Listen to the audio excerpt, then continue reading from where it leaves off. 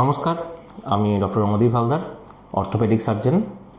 আগে একটা টপিক নিয়ে আমরা কথা বলেছিলাম যে থাইরয়েডের প্রবলেমের সাথে আমাদের হাড়ের কী প্রবলেম হয়, যে অনেকে বলে থাইরয়েড বেশি, থাইরয়েড কম, হাইপোথাইরয়েডিজম, তার জন্য আমাদের যে কী ঘনত্ব প্রবলেম হয়, কী কেন পেন হয়। আজকে যেটা কথাটা বলবো, থাইরয়েড ধরুন আমরা হাইপোথাইরয়েড হয়েছে, আপনি থাইরয়েডের ওষুধ খান, অনেক বিভিন্ন কোম্পানির বিভিন্ন জিনিস, তাতে কিছু কিছু খাবার আমরা বলি যে চেষ্টা করবেন অ্যাভয়েড করার। তাতে প্রথম থাকে যে পার্টটা, সেটা হচ্ছে সোয়াবিন জাতীয় সোয়া ফুড যে পার্টটা থাকে সেটা যতটা পারবেন অ্যাভয়েড করবেন। তারপর ফুলকপি, ব্রোকলি, এই জাতীয় যে খাবারগুলো থাকে কলিফ্লাওয়ার গ্রুপের পার্টটা, সেটাকে পারলে একটু অ্যাভয়েড করবেন।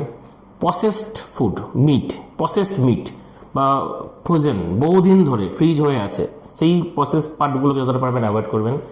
এক্সেসিভ টাইপের পেস্ট্রি, কেক, চকোলেট, আইসক্রিম খুব এক্সেসিভ পরিমাণ যতটা পারবেন অ্যাভয়েড করবেন।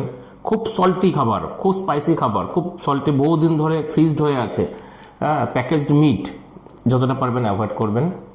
অ্যালকোহল যতটা পারবেন অ্যাভয়েড করবেন, যখন সেক্ষেত্রে হাইপোথাইরয়েড পেশেন্ট যখন থাকবে তাদের ক্ষেত্রে খুব।